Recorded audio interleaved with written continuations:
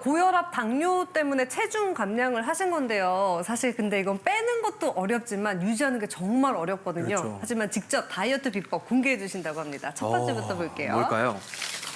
다이어트 책을 200여 권 독파. 음료 다이어트? 이게 뭔가요? 아, 책을 읽으면 살이 빠지나요? 스트레스로? 네. 어떻게?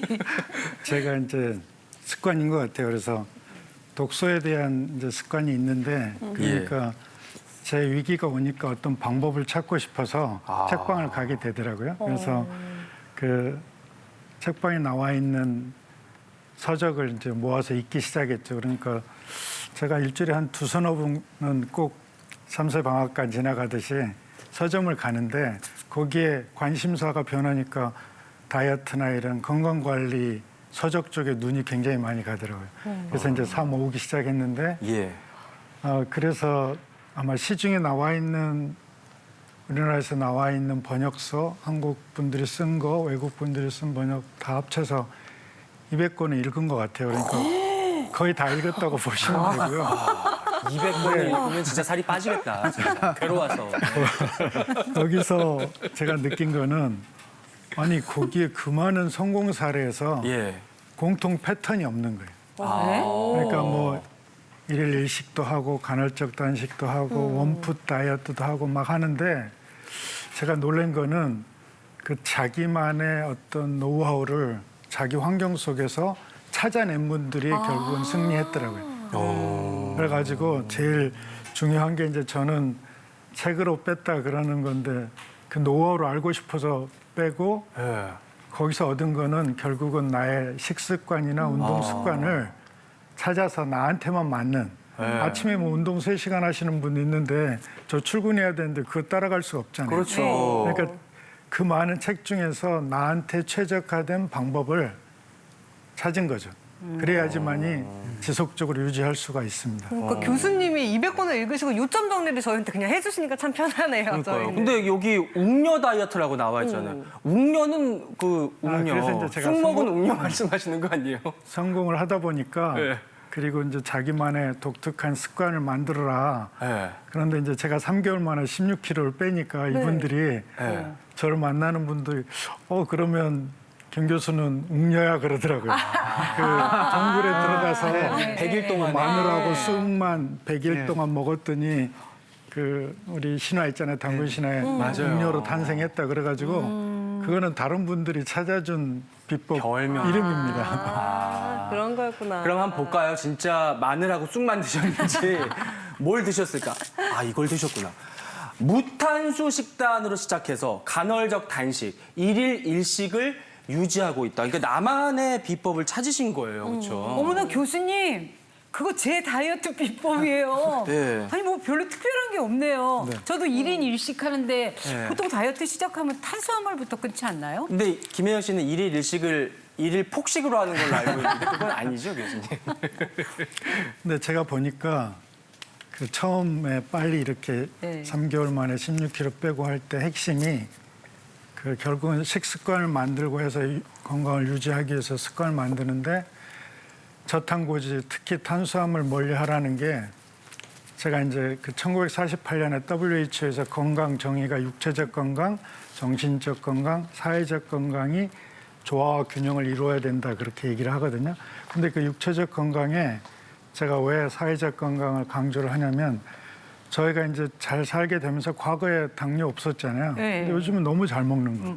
그래서 과거에는 굶어 죽었지만 요새는 많이 먹어 죽는 사람은 있지 굶어 죽는 분들은 없는 것 같아요. 냉장고도 있고.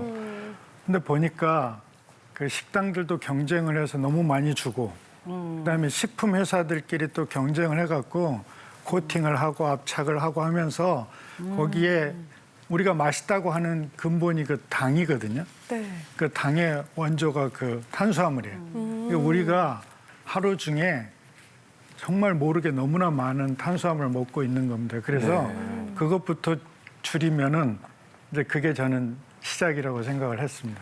근데 또 너무 줄이면 안 되겠죠, 교수님? 네, 이게 맛이 없죠. 그러니까 네. 이제 제가 그러니까 그 탄수화물 안 먹기 시작하고 조금 있다가 이제 간헐적 단식하고 예. 16도 8도 해보고 그 다음에 사회생활이 안 되는 거예요. 가서 이거는 안 먹고 이거는 먹고 맞아요. 막 그러고 있으면 정상적인 대화나 이런 모임이 안 되더라고요. 그렇죠. 네. 그래서 결국은 사람 만날 때만 먹자. 그래서 저는 아침, 점심 굶고 저녁에 어디를 가든 전혀 티 안 내고 나오는 대로 다 먹습니다. 대신 아까 말씀하신 폭식만 좀 조심하면 되는 거겠죠. 그렇군요. 네, 그러니까 뭐 영양소들은 충분히 섭취하고 계시는 거라고 볼 수 있겠네요. 근데 자꾸 이렇게 되면은 막 폭식하게 되는 경우도 있잖아요. 그렇지 않나요? 그러니까 너무 굶으면 또 한 번 먹을 때 네. 엄청 많이 먹게 되고 그런 부작용이 있지 않을까 싶어서 맞아요. 어떻게 하면 저희가 좋은 규칙적인 습관을 식사를 굉장히 강조하거든요. 네. 항상. 그래서 이제 제가 저만의 독특한 방법을 찾는데 제가 이제 기록하는 그 습관을 도입하고 나름대로 계속 이걸 유지하는 방법을 자기만의 그 독특한 비법을 찾아야 된다고 강조를 하고 있습니다. 그렇군요. 네, 김혜영 씨는 뭐 보시면서 궁금하신 거 아니 없으세요? 나는 궁금한 게 1인 1식 하면 좀 많은 걸 먹을 줄 알았더니 보니까 홍차하고 견과류만 드시는데 에이 숨겨놓고 뭘 더 드시는 거 있잖아. 이제 홍차하고 건거리 이런 거는 배고플 때 가까이서 좀 아몬드 같은 게 작잖아요. 네. 적은 게 한 5알 정도 먹고 네. 이러기 위해서 내가 개발한 방법이지 그런 거는 책에 너무나 다양하더라고요. 그러니까 자기의 그 결과를 꾸준히 모니터링 해가지고 자기 그 체중 감량에 대한 거를 자기가 각성을 하고 있으면 네. 뭘 드셔도 상관이 없습니다. 네. 그래요. 교수님도 이제 뭐 드시는지 너무 궁금하실 것 같아요. 저희가 좀 사진 하나 준비를 해봤는데 그거 보면서 한번 실제로 이런 거를 드시나 봐요. 이제 한 끼를 먹는데 요런 정도로. 근데 생각보다 엄청 푸짐하게 잘 드시네요, 드시는데요? 교수님. 네. 맛있게. 그러니까 이게 정말 중요한 게 먹는 것도 굉장히 강조를 하잖아요. 네. 근데 제가 서두에도 말씀드렸듯이 책을 보니까 모든 분이 절대 같은 성공이 없어요. 자기의 최적화된 걸 만드는데 이게 꾸준히 가는 데는 각성을 하면서 꾸준히 그걸 지켜나갈 수 있는 자기만의 어떤 독특한 습관을 만들어야 된다는 거죠. 그러니까 뭘 먹든 저 사진에 다양한 거는 제가 일일 일식을 먹으니까 뭐 사람 만나는데 제가 식당 예약하지 않잖아요. 네, 그렇죠. 그분들이 예약하는 데 가서 편하게 아무 것을 먹어도 괜찮습니다 하는 거죠. 저기에 특별한 음식에 뭘 가리고 막 이러는 데는 그거 오래 못 합니다. 그리고 다이어트 이렇게 방송에서 많이 하는 게 많은 분들이 시도를 했는데 잘 성공을 못 하니까 이런 프로그램이 계속 생기는 거 아닌가요? 요점을 잘 짚으셨어요. 그러니까 뭐 음식의 종류보다는 내가 얼마나 절제해서 먹느냐 그 부분에 이제 강조를 해주시는 것 같은데 네. 홍고르 교수님도 일일 일식 노력하신다고 들었어요. 그러세요? 네, 뭐 1인 1식보다는 김영보 교수님 말씀하신 거와 같이 본인에 맞게 이제 변형하는 거기 때문에 저는 살을 빼는 것보다는 제 몸무게를 유지하는 게 목표이기 때문에 제가 어제 저녁에 이제 저녁 식사 시간에 지인들하고 같이 식사하고 6시쯤 지금까지 뭐 드셨어요? 뭐 아까 보셨던 저런 거 드시고 난 뒤에 지금까지는 사실은 아무것도 지금 먹은 게 없거든요. 방송에 지금 공복이신 거예요? 그렇죠. 16시간이니까 어쩔 수 없이 그렇게 이제 유지가 되는 건데 사실은 뭐 이런 1인 1식이 좋다고 하지만 반드시 지켜야 되실 것들이 있습니다. 뭐 이 나쁜 분들, 특히 소화기관이 안 좋으신 분들, 예. 식사 안 하셨을 때 이 소화기 문제가 생기는 분들, 또 당뇨병이 있는 분들, 예. 또는 청소년기나 아주 노령층에 이런 균형 잡힌 음식물이 필요한 분들은 사실은 1인 1식이 좀 위험할 수 있기 때문에 본인한테 맞는 맞아요. 식단을 그렇죠. 잘 유지하는 것이 중요하다고 할 수 있겠습니다. 예. 네, 근데 교수님 이렇게 살 잘 빼셨잖아요. 이게 가능하게 한 습관이 또 있습니다. 이것 좀 지키셔야 돼요. 다이어트 일기를 꼭 써보라고 추천을 강조해 해주셨어요. 주셨어, 별이 세 얼마나 개예요. 중요하면 예. 이렇게 별이 3개예요?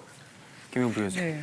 네. 제가 이제 처음에 얘기했듯이 제 습관이 책을 읽는 거잖아요. 근데 저는 주변에 별명이 활자 중독이에요. 책만 읽는 게 아니라 신문도 아침에 한 5개 보고 모든 그걸 스크랩해서 줄 긋고 읽을 정도거든요.